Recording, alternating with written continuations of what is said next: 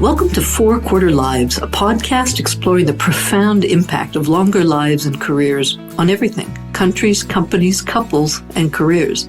I'm Avivah Wittenberg-Cox, and on this week's 4 Quarter Lives, I talk with Jane Moffett.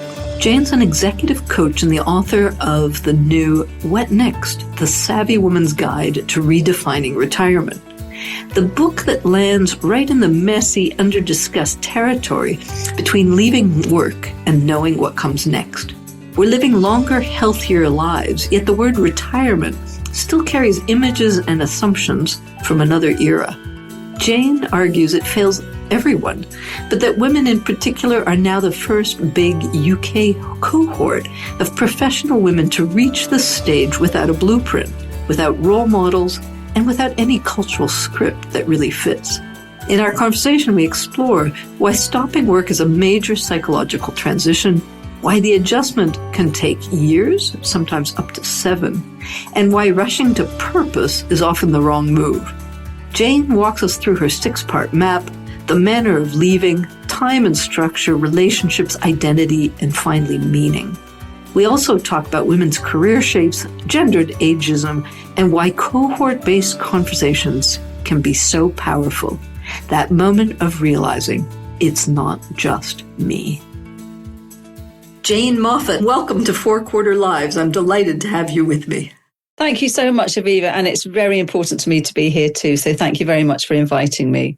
It's my pleasure because you've come out with this lovely book, What Next? Savvy Women's Guide to Redefining Retirement. Tell me a bit, before we get launched onto the content of the book and its messages, a little bit why you wrote it, why now, and what's your background? Okay, so I've spent the last 30 years supporting women in particular when they go through big life changes and when the professional and the personal intersect. So when a woman becomes a mother, when she leaves the workplace and then returns to that after maternity leave, maybe she might have some time out, so returning to work after a career break. And I got interested in the whole topic of this life stage of stopping work from conversations with friends. I'm of that age. I was born in 1964. I've got friends who have had full-on careers. They've always been employed, and they're thinking, oh, what am I going to do when I actually stop working, when I walk away from the workplace? So I started researching the topic, realized there wasn't anything written specifically for women in the UK. Something was written 20-odd years ago for an audience in North America, but I couldn't find anything specifically for women. So I used my research and my findings and drew things together for this book. And you really feel that experience as you read the book. It's lovely. I mean, you obviously know women very, very well. So I wanted to start around the theme of why this transition is different now, why women themselves are different now. And you open the book by questioning the word retirement itself, as many people are. Why does that language fail so many women today? I think it fails everyone because the connotations of the word are so outdated. But women in particular at the moment, women of this sort of age are part of that first big cohort of professional women to be stopping work or approaching that time, who would have benefited from the Sex Discrimination Act being passed in 1975. So they've had greater access to education and workplace equality and different careers. So they will be approaching this stage of stopping work in a different way to previous generations of women will. So there's no blueprint for people. And society's connotation of a woman who's retired is probably a really traditional one. And these women might not fit that traditional mold. Yes, and have no role models and can't kind of map their lives on their mothers. Yeah, it really is a very new moment. I completely agree with you. And I was very intrigued to see you suggesting that the adjustment after leaving work can take up to 7 years. I constantly think about life in 7-year cycles. But people are very surprised when they hear that. Why do you think people are surprised by how long it takes to adjust? And why does that matter? I think because stopping work is a really major psychological transition, and any major psychological transition takes quite a long time to work through because there's often change in identity, often in values, often in sort of meaning that you make of your lives. And none of those processes can be hurried. So because the narrative around retiring is a very sort of positive, idealistic one, a lot of people who've retired say, it's great, you can go on holiday, you can travel if you've got the money. Younger people say, oh, are you really lucky you're approaching that age, you can retire, I'd love to be like that, without actually thinking, what does it mean for somebody's whole self-concept? And any transition takes a while to work through and go through different experiences and feelings, and you're leaving a place of safety, of knowing what's going on, to the unknown. And there's a jarring until you get to that point of thinking, okay, I'm beginning to know now what this next part of my life, part of my identity looks like. You give kind of a 6-part map. The whole book is organized around the 6 chapters. And you really recognize that change doesn't happen in a straight line. Can you maybe outline them, and that will help us understand what these 7 years are made up of? And how do women typically, nothing's linear, and they kind of move back and forth between stages? What helps them trust the process rather than rush to what am I going to do and what's my purpose now questions a little too early? I always meet people who want to know the answer of what they're going to do next by next September. The next school year start, and you tell them, well, it might take a little bit more time. What's involved? Well, when I was interviewing women and talking to women and reading around the topic, it seemed to be there were sort of 6 main challenges that came up. So the one that I've put first is the manner of leaving. So how you prepare for that leaving, whether or not the decision is yours, whether that's taken out of your hands, whether or not you decide to tell anybody in advance and risk sort of implicit discrimination, how you do that planning. And that can take quite a long time to work out. And then actually what happens at the point of leaving, how is your working life honoured by yourself and by your organisation? And all of those can have an impact on how you then navigate the next stage. And the second challenge can be around time and structure. So you would have had your time very dictated from the time of going to school, or maybe even earlier. And suddenly you've got all this time ahead. And so there's the excitement or the overwhelmedness of having all that time, plus the pressure of, am I going to make the most of that time? I'm of an age where I'm hopefully fit and healthy and have some years ahead of me. Will I make the most? Will I look back and think, I wish I'd done something else? Have I given it enough meaning? So there's a big pressure there. And there's also another rub with structure. So you've not just if you've got lots of time, but you haven't necessarily got structure. And whilst that can be exciting, it can also mean that you can feel rudderless. So you haven't got the sort of natural boundaries to the day, the week, the year that you might have had when you're working. So for some people, that can be really challenging. For others, not. Some people think, oh, I want some structure, but I want flexibility as well. So how am I going to do all of that? And often people work their way through it. So that, as you said, that non-linear bit, they think, I'm going to do nothing for a bit. Then I'm going to make sure I've got lots of things. Then I realise I've got too much in there. What is the right thing for me? And so that experimenting can take time. Then the third challenge is the change in relationships. So you leave behind your work colleagues, some of whom you might be really fond of, some not so, but they will have brought different perspectives to your life, and you will have had a lot of shared experiences with them that other people outside your working life won't have been part of and won't understand. So there's that shift. There's the shift with your existing friends and what they might be doing. There's hopefully a shift in gaining new friends, so continuing to be exposed to different perspectives and different people. And then there's a shift in the relationship with your partner, if you have one. And if they're stopping work at the same time, having a lot more time together in the same 4 walls, potentially, they might have the same or they might have different aspirations for the future. So that can take quite a lot of navigating and certainly a lot of conversations. So, I mean, we don't have to run through all of them, but I think that gives a really good idea of leaving, time and structure, relationship. It's complicated. It's a huge amount of issues and subjects to work through for which we are not very prepared. And I always find one can get very surprised by the emotionality of the transition. Do you? Yes. Would you agree?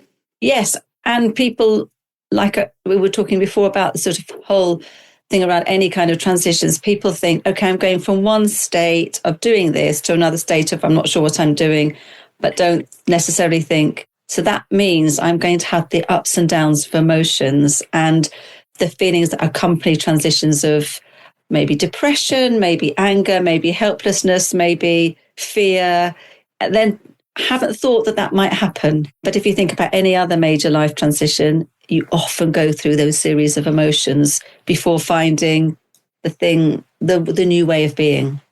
Yeah, that's the shock, isn't it? It's how unexpected. I think people are expecting pleasure and serenity, and instead they get thrown into this very unexpected maelstrom of emotions resurfacing that they really hadn't heard much about, which is very strange. You talk a lot about identity being deeply tied to work, title, status, recognition. I mean, that's really familiar terrain when we think about men.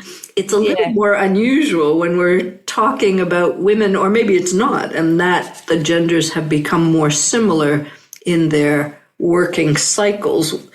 What happens when all those suddenly disappear for women? Is there any gender difference, or are we just seeing a new pattern emerging? Well, actually, I wonder, I think, again, like with everything, it really varies. And I think that's my one key message is it's different for everybody. So I think there are some women for whom their identity, their real sense, so their internal sense of their self-concept is really tied up with their work in the way that it might be for men. So that when they stop working, they're not quite sure who they are and how to describe themselves anymore. And then there are other women who've said, I've already gone through one big identity shift when I became a mother. So for those women that have become mothers, many of them might think I've done that huge shift already. So I'm already used to having different identities. So it's maybe that bit is maybe not so key for me. So I think it really depends on your drivers at work and how much work means to you and how much it matters to you. A lot of the women said it's not so much about status, it's more about being of value. So I feel like I'm a valuable member of the team, or I'm of value at work. And where will I be of value when I'm not at work? And potentially it could be much easier to find places and environments where you can be of value when you're not working rather than have that high status.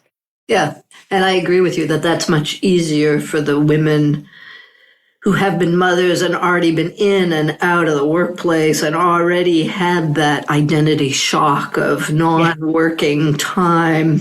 Anybody who's not worked for an extended period will have recognized some of that emotional turbulence already and have found definition without work. Yeah, or might have struggled, equally might have struggled to have that definition without work and have not felt really themselves until they've gone back to work. So again, you can't assume that it's going to be one way for everyone who's gone through those same experiences. Yeah, no, absolutely. So we talked when we were preparing for this about how men's remembrance or narrative around their careers has often got a mountain metaphor, that they've climbed a steep mountain and made it to the top, versus women's more natural kind of rolling landscapes. Would you agree? And why do these metaphors matter so much in later life? Well, I certainly think those metaphors or those images follow what often is the shape of careers for men and women.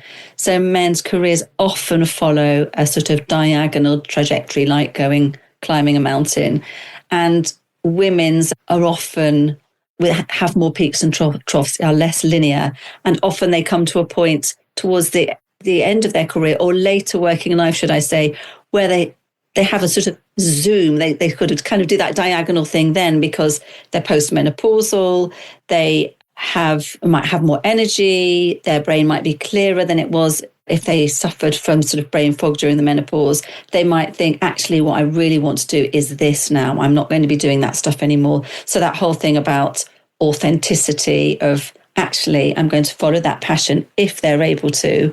And throughout life, women tend to make relational decisions where their careers are concerned. So within the sort of larger context of their lives. And at this point, they might think, actually, I'm going to make that decision that's more for me right now. So that shape can be really quite different. And I think the metaphors, the climbing a mountain, showing upward trajectories about being strong and it being hard work. But then what happens when you get to the top? There's a sort of end, whereas that rolling... There's a cliff. That's what happens. That's not good either. Yeah, exactly. And actually, it can carry on. You can... It doesn't have that same end. So it potentially is a more positive one. I find there's a sub-segment of, or maybe an early segment of women in Q3 who post-50 actually suddenly discover their very best career decades, that they have more time, more energy, more opportunities. I mean, I know that we live in a super ageist context, but a lot of organizations actually still are needing to promote senior women and want to show it. And there's this whole kind of marzipan layer of women ready to be promoted who find that they have an appetite, an enhanced appetite for progression, impact, influence. Do you find the same? Have you seen that segment emerge? Is it? Yes and no. So I think there is definitely that appetite for that next level, for that next opportunity. So I see it from a lot of women. It's not always matched by the organisations, though. So we know that gendered ageism happens and that actually women can feel quite invisible and treated as if they're invisible. So sometimes there's that disconnect between aspiration and ability and energy and what the organisation thinks about that person. Yep. No, absolutely. So I want to just I really enjoyed your refreshingly skeptical about the pressure to find your purpose, a word I struggle with myself. What do women actually need or want instead? I always find a lot of them spend their Q2 on purpose. So their Q3, they might be ready for something else. Yeah, I think it's about thinking about what is it that I'm really good at and what is it that I love and how can I combine those things in a way that feels meaningful to me. I wonder if meaningful is a better word than purpose for women at this point. And what do you hear when you hear the word purpose? Like, what is it that you're reacting to? It's more like it's got an end goal in sight rather than being a seam. It runs through your life, runs through your person and through your life as what's behind the actions that you do. So that's how I feel about meaning. What is it that if I think about all the work that I do, what is it that I want to be getting out of that work? And I guess some people might call that purpose, but that feels as if it needs to be more defined by action rather than an approach. So I think if you're thinking, actually, what I want to make sure is that I'm doing this in the work that I do, whatever that is, then that's a difference to purpose for me, I think. And it can be your own.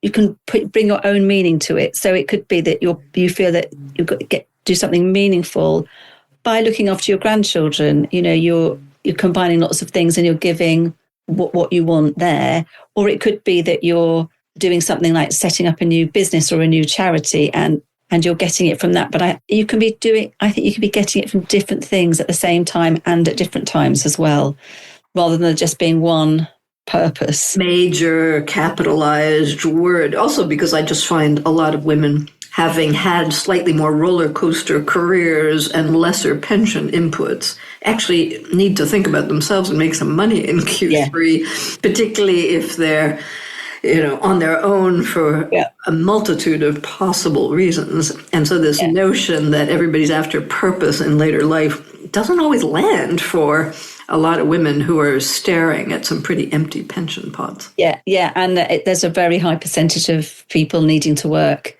over the age of 60. I think it's the highest number or the second highest number of people on 0 hours contracts are over the age of 60. And whether that's because they can't get other contracts or because they want to work in a way that's flexible, less pressured and more flexible. Yeah. Yeah. A bit of both, right? One of the strongest threads in your work is the power of groups, of hearing and suddenly understanding it's not just me. I think this is one of the loneliest periods of life where you think you're going insane or getting depressive. Why is that so transformative to realize or normalize the turbulence of this particular transition, which, as you said, takes years? Yeah, I think because there's not enough honesty, there's not enough discussion about the different things people can experience at this time. We hear that one tale of it's like this and you can do all of this and it's marvelous. Now, and it might be that you can do those things, but it's not marvelous. And so you think, I'm out of kilter with everybody else. So until you're sitting in a group hearing that other people are struggling with this bit or that bit, it might be different things to the things that you're finding tricky. But they're also saying that for me, it's not plain sailing and it is taking time and I'm beginning to realize it is a process.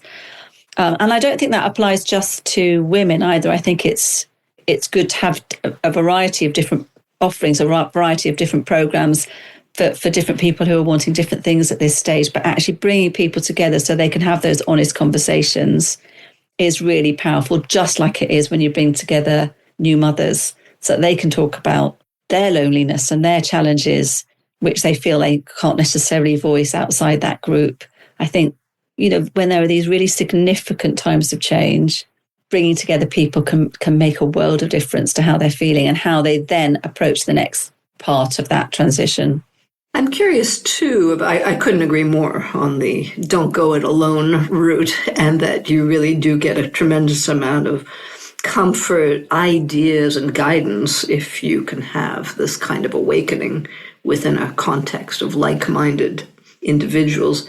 I'm also curious about the timing of this reflection, because I find underpinning some of what you're writing is if you leave all this till your 60s, you will be shocked. I mean, there's if you don't do this thinking and preparation and research and experimentation almost as early as possible so that you have some kind of runway to build and transition into something new, I find people get really hit. Do you have an ideal age in mind for people to start this kind of reading your book and thinking about what's next? Well, I think starting a good 2 or 3 years out from when you're going to be stopping to really start to consider the things. Of course, you can only prepare to a certain degree because it's actually when you're living through it that you're then able to act on what you learn on a day-to-day basis. But actually giving yourself the time and the thinking space in advance can be really helpful. And that's something that I think a lot of people don't do.